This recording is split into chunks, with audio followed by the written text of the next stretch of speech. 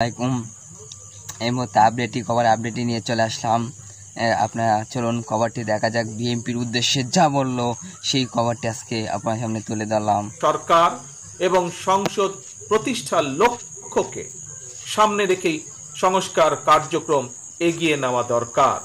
কারণ জনগণের রাজনৈতিক ক্ষমতায়ন ছাড়া সংস্কার কার্যক্রমে প্রক্রিয়ায় জনগণের সরাসরি সম্পৃক্ততা ছাড়া উন্নয়ন, গণতন্ত্র কিংবা সংস্কার কোনোটিই টেকসই এবং কার্যকর হয় না।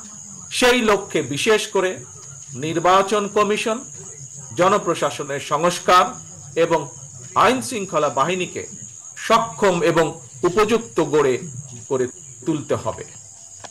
অগ্রাধিকার ভিত্তিতে পদক্ষেপ নিতে হবে। এবারের গণ অভ্যুত্থানের চরিত্র অতীতের যে কোনো গণ অভ্যুত্থানের চেয়ে ব্যতিক্রম। কেন ব্যতিক্রম? কারণ পলাতক স্বৈরাচারের অবৈধ শাসনকালে সকল গণতান্ত্রিক অধিকার, মানবাধিকার হারিয়ে জনগণ পরাধীনতার শৃঙ্খলে আবদ্ধ হয়ে পড়েছিল। এমনকি হুমকির সম্মুখীন ছিল দেশের স্বাধীনতা ও সার্বভৌমত্ব। তাই এবারের গণ অভ্যুত্থানের মধ্যে দিয়ে কেবল মানুষের অধিকারই প্রতিষ্ঠিত হয়নি, দেশের স্বাধীনতা সার্বভৌমত্ব রক্ষা পেয়েছে। 2022